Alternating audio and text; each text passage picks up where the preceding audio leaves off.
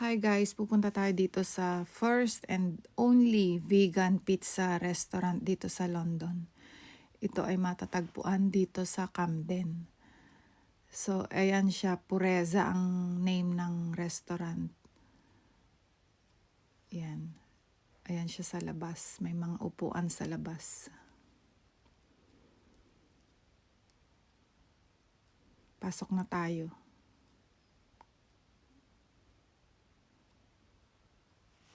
So, ayan siya sa loob. Meron din silang tindang mga deli.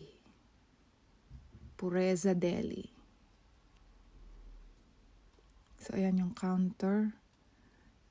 Ayan, best vegan restaurant or cafe. Ayan yung mga menu. So, cashless lang dito. Card only. Hindi sila natanggap ng cash.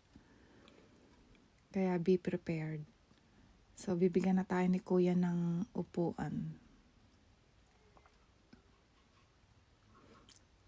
Nakapunta na kami dito once before.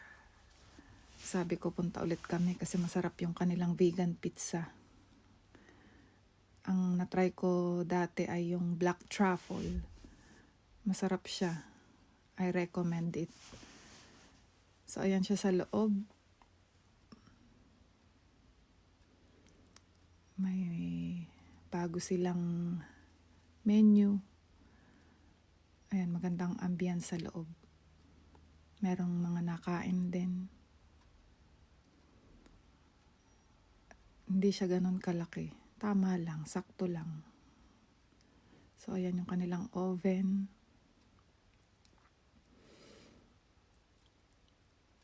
Ayan, malaki yung oven.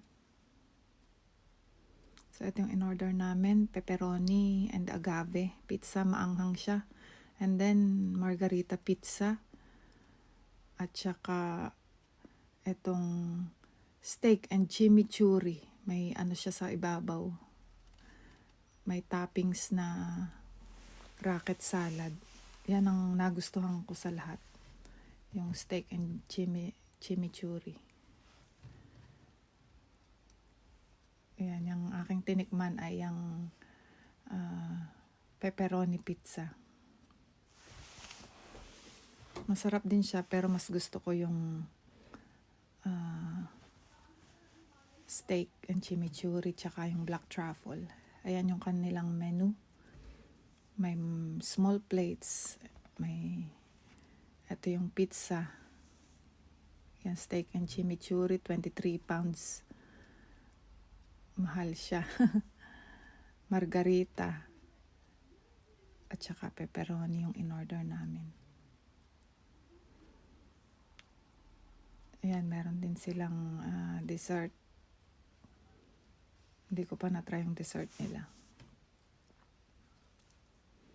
Tsaka meron ding mga drinks. Mamimili ka kung anong gusto mo. Wine, cocktails, beer, soft drinks, smoothies.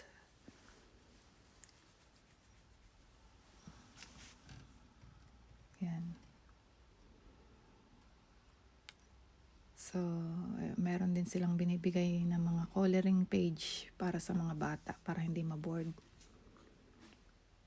So, yan. Kung vegan ka, itry mo talaga itong Pureza. First and only vegan pizzeria in London. Thank you for watching. Bye!